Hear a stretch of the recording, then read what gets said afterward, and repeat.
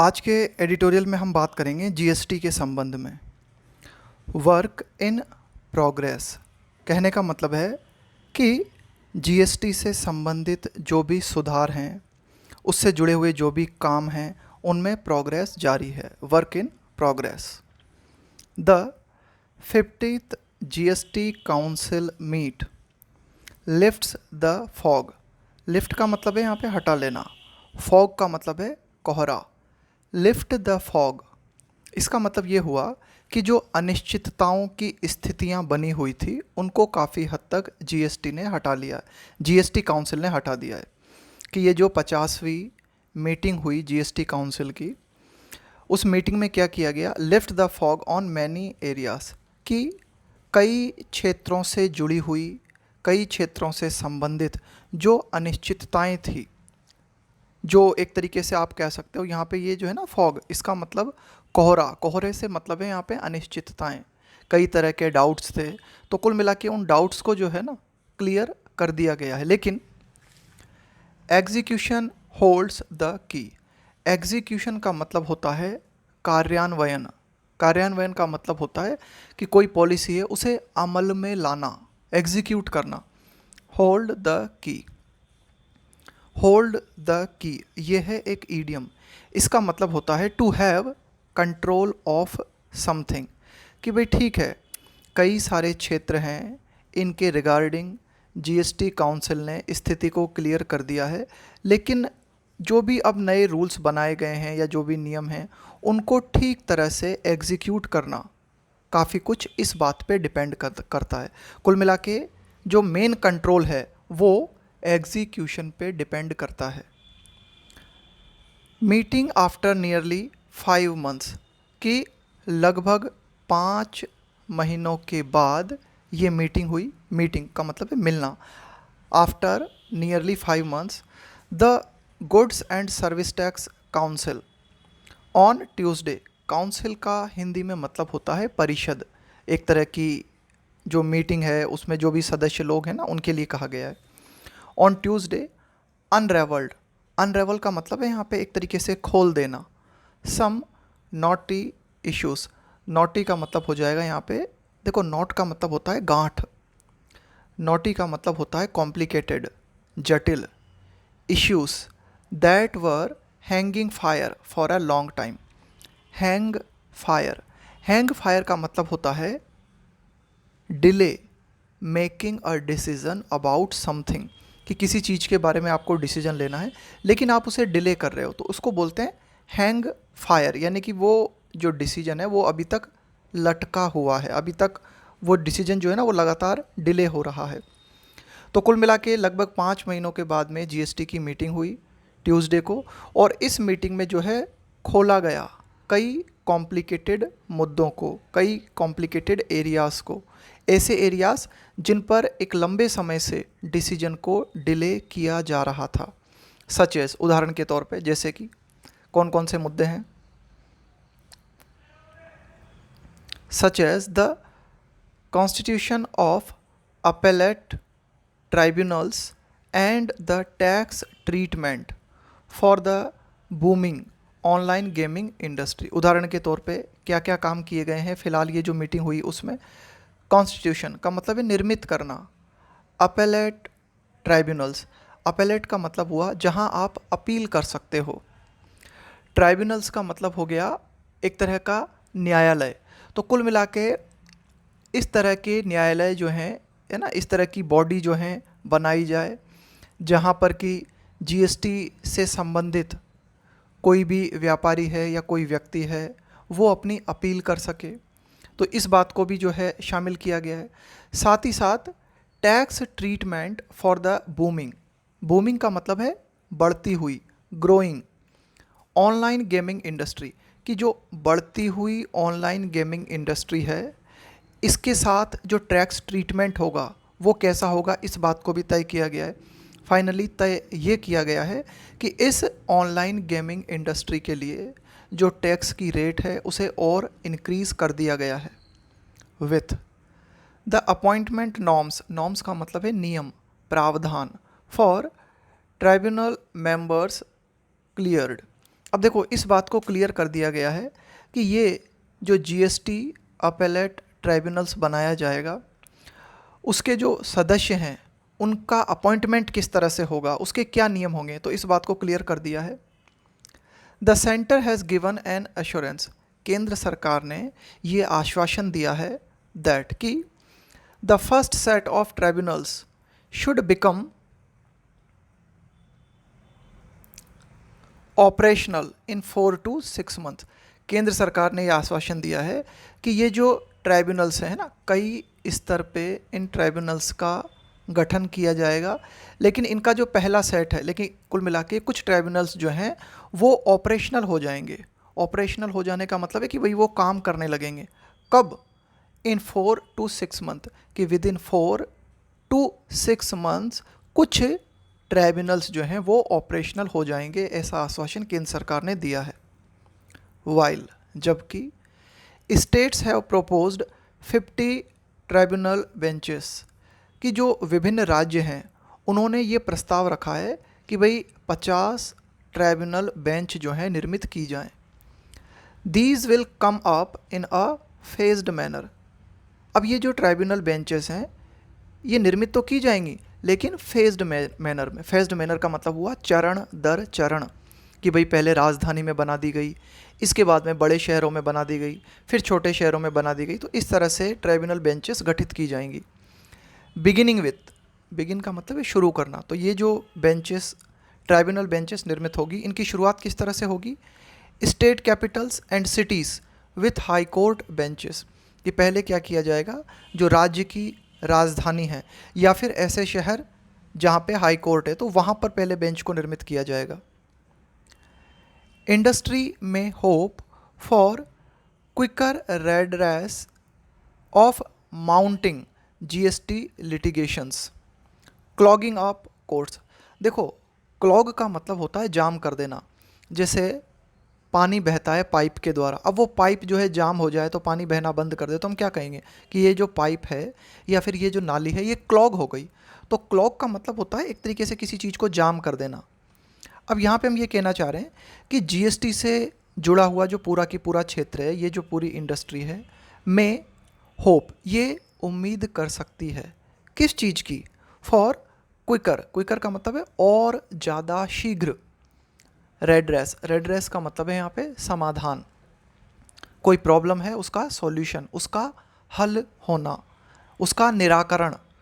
Mounting, mounting का मतलब होता है बढ़ता हुआ। लिटिगेशंस का मतलब है मुकदमे, कि लगातार जो जीएसटी के बढ़ते हुए मुकदमे हैं उनके द्वारा क्या हो रहा है, हमारी जो अदालतें हैं वो जाम होती जा रही हैं। कुल मिला के जीएसटी के जो मुकदमे हैं ना वो लगातार बढ़ते ही जा रहे हैं।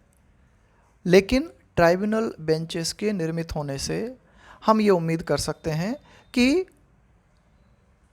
जीएसटी से जुड़ी हुई जो समस्याएं हैं उनमें थोड़ी कमी आएगी, क्विकर उनका समाधान होगा। ऑन द अदर हैंड, दूसरी ओर, businesses have reacted with much consternation to the council's decision। अब देखो कुछ जो बिजनेस हैं उन्होंने कैसा रिएक्शन दिया है? With much कॉन्स्टर्नेशन। कॉन्स्टर्नेशन का मतलब होता है घबराहट। कॉन्स्टर्नेशन का मतलब होता है कि आप व्याकुल हो गए, एंग्जाइटी में आ गए, है ना। तो कुल मिला के कुछ जो बिजनेस हैं उन्होंने बड़े ही घबराहट के साथ जीएसटी काउंसिल के जो डिसीजन है उनके प्रति अपनी प्रतिक्रिया दी है। To finalise a 28% GST levy, levy का मतलब हो गया यहाँ पे एक तरीके से चार्ज, एक तरीके का tax, on the face value of all bets. Bet का मतलब हो जाएगा यहाँ पे दाव। जैसे आप जुआ खेलते हो, कोई भी खेल खेलते हो, तो आप दाव पे क्या लगाते हो, है ना। तो यहाँ पे लगाने के लिए आ जाएगा place, bets placed in online games, कि जो ऑनलाइन गेम्स हैं उनमें जो भी दाव लगाए जाएंगे उन पर जीएसटी कितनी रहेगी? 28%। तो ये जो डिसीजन फाइनल किया गया है जीएसटी काउंसिल के द्वारा, इस डिसीजन के प्रति जो संबंधित बिजनेसेस हैं उन्होंने किस तरह की रिएक्शन दी है? उन्होंने अपनी घबराहट को व्यक्त किया है, उन्होंने अपनी एंग्जाइटी को प्रदर्शित किया है। तो कुल मिला के जो भी ऑनलाइन गेम्स हैं, कैसीनो हैं या फिर हॉर्स रेसिंग हैं, तो ये जो लोग हैं कुल मिला के हॉर्स रेसिंग से जुड़े हुए, कैसीनो हैं, ऑनलाइन गेम्स हैं, इन पे 28% जीएसटी लगाई गई है। और ये जो ऑनलाइन गेम्स वाले हैं, कैसीनोस वाले हैं, हॉर्स रेसिंग वाले हैं, इन्होंने कहा है कि भाई ये हमारे साथ गलत हुआ है। उन्होंने जो है इस बात के प्रति अपनी चिंता जाहिर की है। With many E gaming players, कि कई जो ऑनलाइन गेमिंग प्लेयर्स हैं, टर्म का मतलब है करार देना, किसी चीज़ के बारे में कुछ कहना।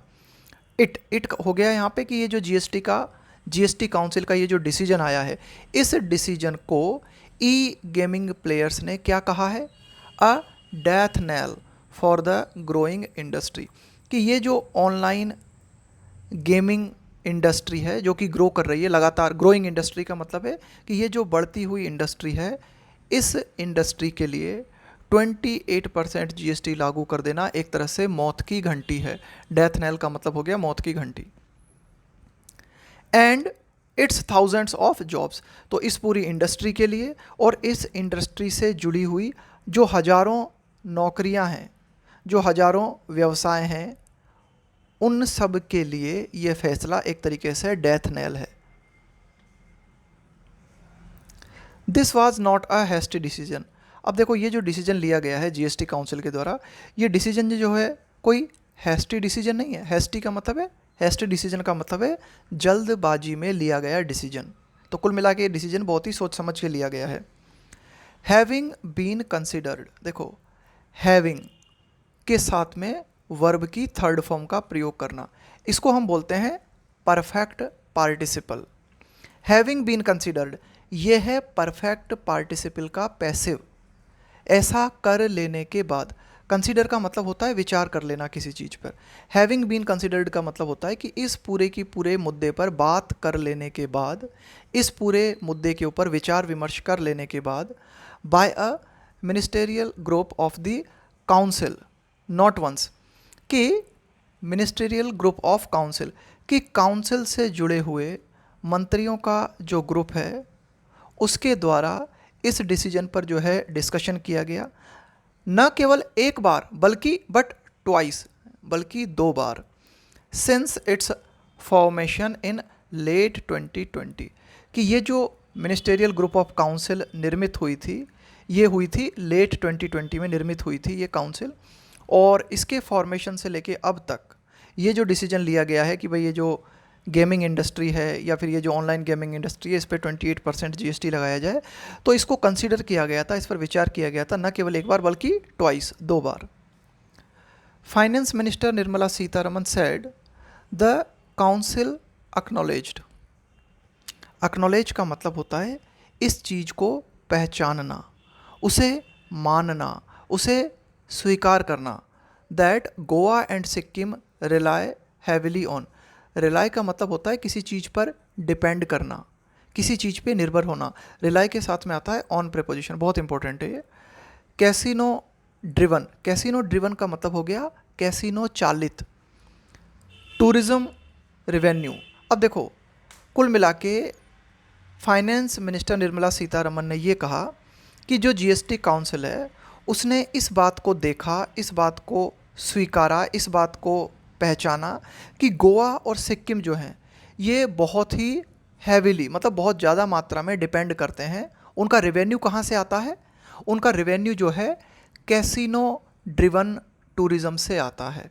यानी कि इनको जो रेवेन्यू प्राप्त होता है ज़्यादातर वो पर्यटन से प्राप्त होता है। यानी कि जो पर्यटक वहाँ पे आते हैं और कैसीनो में जो है जुआ खेलते हैं, अपना दाव लगाते हैं, तो इनसे काफ़ी हद तक गोवा और सिक्किम को रेवेन्यू प्राप्त होता है। बट ऑल्सो एग्जामिन्ड, लेकिन साथ ही साथ ये जो काउंसिल है इसने इस बात को भी एग्जामिन किया, इस बात का भी परीक्षण किया, द मॉरल क्वेश्चन का मतलब हो गया नैतिक प्रश्न, ऑफ वेदर, कि क्या दिस कैन बी इक्वेटेड। देखो किसी चीज़ को इक्वेट करने का मतलब होता है उसे, उन दोनों चीज़ों को बराबर रखना, टू द मोर कंपैशनेट का मतलब है और ज़्यादा दया दिखाते हुए। देखो कंपैशन का मतलब होता है करुणा दिखाना किसी के प्रति, दया दिखाना, उसे थोड़ा सा लीनियंटली ट्रीट करना। एक तो होता है किसी को आप बहुत ही कठोर तरीके से ट्रीट करते हो और एक थोड़ा रिलैक्स्ड वे में ट्रीट करते हो। टैक्स ट्रीटमेंट, वारंटेड, वारंट का मतलब होता है किसी चीज़ को जस्टिफाई करना, वारंट का मतलब होता है उसे उचित ठहराना। For essential goods and services. अब देखो, एक नैतिक प्रश्न जो है खड़ा होता है और उस नैतिक प्रश्न का बहुत ही अच्छी तरीके से जीएसटी काउंसिल ने जो है परीक्षण किया। नैतिक प्रश्न ये है कि क्या ये जो कैसीनो से जुड़े हुए जो टूरिज़्म हैं या इस तरह के जो व्यवसाय हैं, ये जो ऑनलाइन गेमिंग इंडस्ट्री है, क्या उसके साथ इक्वल ट्रीटमेंट किया जा सकता है? मोर कंपैशनेट टैक्स ट्रीटमेंट। देखो, कंपैशनेट टैक्स ट्रीटमेंट का मतलब हो गया कि जो आप टैक्स लगा रहे हो ना, उसे थोड़ा लीनियंट वे में लगाओ। Warranted for essential goods and services, कि जो आवश्यक वस्तुएं और जो सेवाएं हैं उनके लिए जो टैक्स रेट उचित ठहराई गई है, क्या उसी टैक्स रेट को हम कैसीनो या ऑनलाइन गेमिंग इंडस्ट्री के लिए लागू कर सकते हैं? ये एक नैतिक प्रश्न खड़ा होता है और इस नैतिक प्रश्न का एग्जामिनेशन जो है काउंसिल के द्वारा किया गया।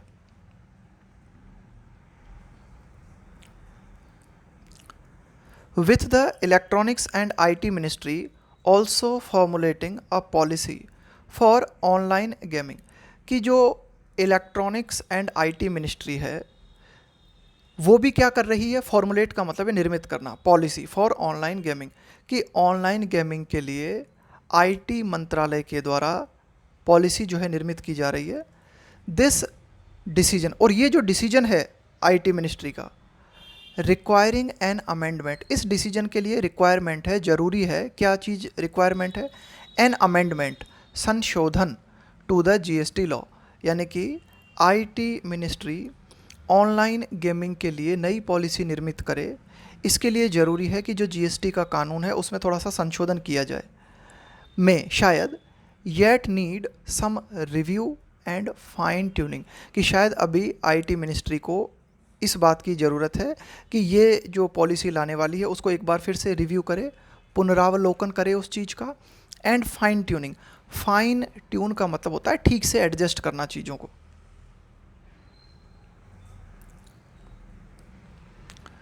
The council also granted tax exemptions. अब देखो, ये जो जीएसटी काउंसिल है, ग्रांट का मतलब है प्रदान करना, एग्जम्पशन का मतलब है छूट, कि इस काउंसिल के द्वारा टैक्स में छूट भी प्रदान की गई है, या फिर टैक्स को कम कर दिया गया है, रिड्यूस कर दिया गया है, या फिर क्लैरिफाइड सम रेट्स, या फिर बहुत ही अच्छी तरीके से स्पष्ट कर दिया गया है कुछ टैक्स रेट्स को। And regularised past incongruency, incongruency का मतलब हो जाएगा एक तरीके से विषमताएं, असमानताएं in tax payments on some items, कि कुछ जो आइटम्स हैं उन पे जो टैक्स पेमेंट्स है उसमें जो भी असमानताएं देखने को मिल रही थी उनको रेगुलराइज किया गया है, टैक्स रेट्स को क्लैरिफाई किया गया है। क्यों? ओइंग टू का मतलब होता है के चलते, इस चीज़ के कारण, इस बात को देखते हुए। कन्फ्यूज़न अबाउट देयर क्लासिफिकेशन, कि कई तरह के आइटम्स थे, वे किस कैटेगरी में आएंगे, उनका क्लासिफिकेशन जो है, उनका वर्गीकरण जो है, उसको लेके कन्फ्यूज़न था। तो समझ में नहीं आ रहा था कि भाई इन पे कितना टैक्स लगेगा, तो उस कन्फ्यूज़न को भी दूर किया गया है। सो इस तरह से फूड एंड बेवरेजेस, फूड का मतलब हो गया खाने की वस्तुएं, और बेवरेजेस का मतलब हो गया पेय पदार्थ, पीने की वस्तुएं, जैसे आपके जूस हैं या फिर अन्य तरह की कोल्ड ड्रिंक्स हैं। In cinema halls will now attract a lower 5% GST. तो अब ये जो नए संशोधित नियम है, इसके तहत जो भी खाने पीने की वस्तुएं हैं या जो भी पेय पदार्थ हैं जो कि सिनेमा हॉल्स में उपलब्ध कराए जाते हैं, उन पे अब जो है लो जीएसटी लगेगा। कितना? 5%। एज वुड, और ऐसा ही उसमें भी होगा। किस चीज़ में होगा? As would unfried uncooked snack pellets. देखो, स्नैक पैलेट का मतलब है यहाँ पे ये जो स्नैक होता है ना, पैलेट, स्नैक पैलेट, इसका मतलब होता है कि जो पूरी तरीके से प्रोसेस्ड नहीं किया गया है। आप ये कह सकते हो कि स्नैक पैलेट का मतलब हो जाएगा कि भाई इस तरह का स्नैक जिसको पूरी तरीके से प्रोसेस नहीं किया गया है ना, एक तरह से सेमी प्रोसेस्ड कह सकते हो आप उसे। तो जो अनफ्राइड सेमी प्रोसेस्ड स्नैक होता है उस पर जो जीएसटी लगेगी वही जीएसटी जो है सिनेमा हॉल्स में जो फूड और बेवरेजेस उपलब्ध कराए जाएंगे उन पे भी लगेगी। इसी तरह से 5% जीएसटी लगेगी किन चीज़ों पे? Fish soluble paste. देखो, सॉल्यूबल का मतलब होता है घुलनशील। फिश सॉल्यूबल पेस्ट ये क्या होता है? एक तरह का बाई प्रोडक्ट होता है। जैसे आप मान लो फिश मील प्रिपेयर कर रहे हो या फिर आप फिश ऑयल प्रिपेयर कर रहे हो, तो जो बाई प्रोडक्ट निकलता है ना उससे फिश सॉल्यूबल पेस्ट जो है प्रिपेयर किया जाता है। And imitation zari yarn. देखो, इमिटेशन जरी यार्न का मतलब हो गया एक तरीके का धागा। कौन से धागे की बात हो रही है यहाँ पे? इमिटेशन जरी। इसकी आप गूगल पे एक बार इमेज देख लेना तो आपको अच्छी तरह से समझ में आ जाएगा। इमिटेशन जरी क्या होती है? एक तरह का चमकीला धागा होता है ना, उसके लिए कहा गया है। गोल्ड कलर का भी होता है, सिल्वर कलर का भी होता है, उसके लिए कहा गया है इमिटेशन जरी। तो कुल मिला के इमिटेशन जरी यार्न है, फिश सॉल्यूबल पेस्ट है, अनकुक्ड स्नैक पैलेट्स है, सिनेमा हॉल्स में उपलब्ध होने वाला फूड एंड बेवरेजेस है। इन पे कितनी जीएसटी लगेगी? 5%।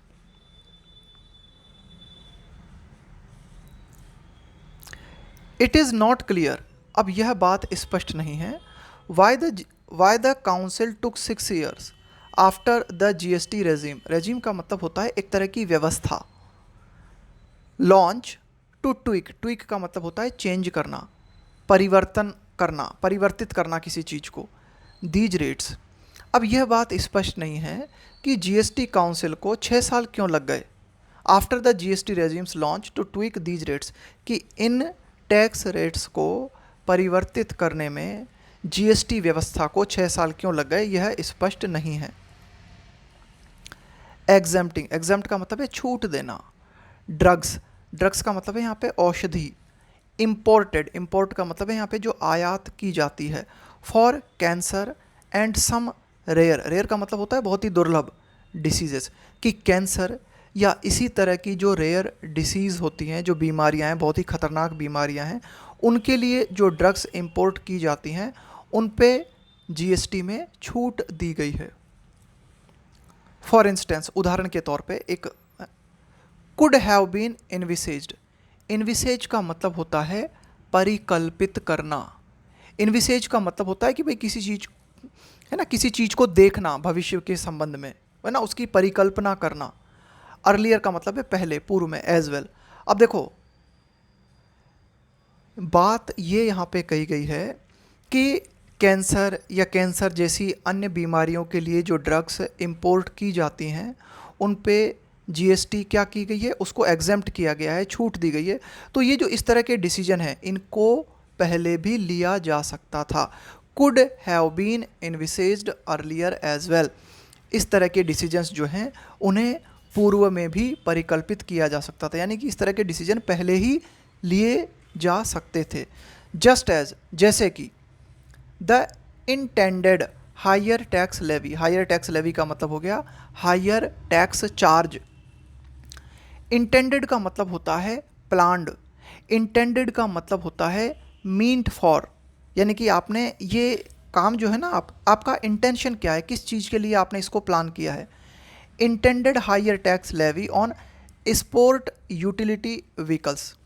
स्पोर्ट यूटिलिटी, देखो यूटिलिटी का मतलब है उपयोग से संबंधित, उपयोगिता से संबंधित। स्पोर्ट यूटिलिटी व्हीकल्स का मतलब हो गया जो लग्जरियस स्पोर्ट्स की गाड़ियाँ होती हैं ना, उनके ऊपर अब ये प्लान किया गया है कि भाई इन पे भी क्या लिया जाए, हाई टैक्स लिया जाए। भाई ये तो लग्जरी की आइटम है ना, बहुत बड़े, इन पे हायर टैक्स लिया जाए। कुड हैव बीन, तो इस डिसीजन को भी पहले लिया जा सकता था।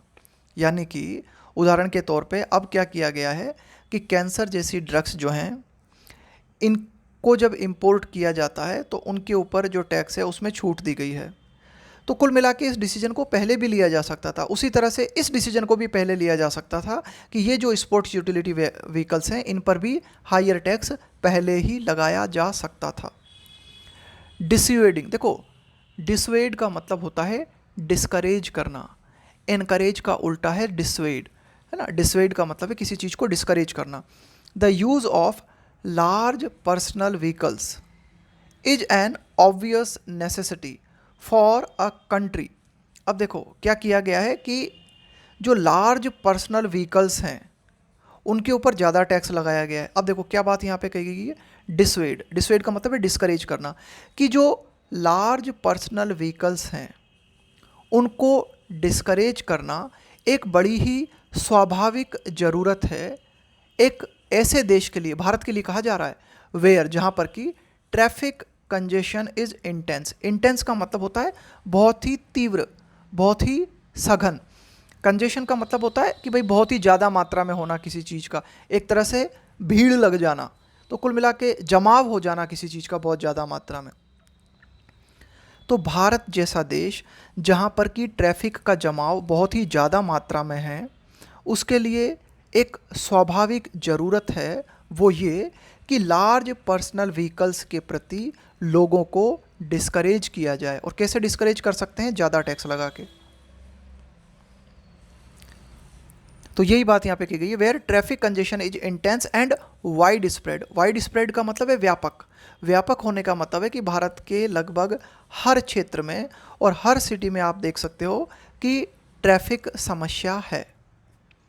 द इम्पैक्ट, इम्पैक्ट का मतलब है प्रभाव, of some decisions on individual sector, कि कुछ जो इंडिविजुअल सेक्टर्स हैं उनसे जुड़े हुए जो कुछ डिसीजंस लिए गए हैं उनके ऊपर जो प्रभाव है, will depend on the fine print. Fine print का मतलब है कि फाइनली जो प्रिंट तैयार किया जाएगा, फाइनली जो संशोधित नियम आएंगे उन पे डिपेंड करेगा जो इंडिविजुअल सेक्टर्स हैं कि भाई उनके प्रति क्या किया गया है, क्या डिसीजन नहीं लिया गया है। तो ये तो मोटी मोटी बात हो गई, लेकिन फाइनली जो इंडिविजुअल सेक्टर है उन पर ये जो डिसीजंस लिए गए हैं उनका क्या प्रभाव पड़ेगा वो हमें ये जब प्रिंट आ जाएगा ना, इसका पूरे नियम आ जाएंगे तब पता चलेगा। But the council which may meet less frequently in the upcoming poll season. लेकिन ये जो काउंसिल है, ये जो जीएसटी काउंसिल है, विच मे का मतलब है शायद, चांस है, meet less frequently in the upcoming poll season, कि आने वाले, अब ये जो है चुनावी सीज़न आ रहा है, कई राज्यों में चुनाव होने हैं, इसके बाद 2024 में जो है पूरे लोकसभा चुनाव होने हैं।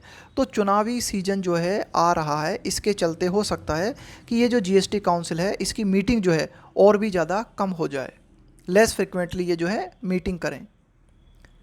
हैज़, अब यहाँ पे हैज़ किसके लिए आया, जीएसटी काउंसिल के लिए। Has taken its eye off the promised overhaul of GST rate. Take one's eye off, इसका मतलब होता है अपने ध्यान को हटा लेना, उसको बोलते हैं टेक आइज ऑफ।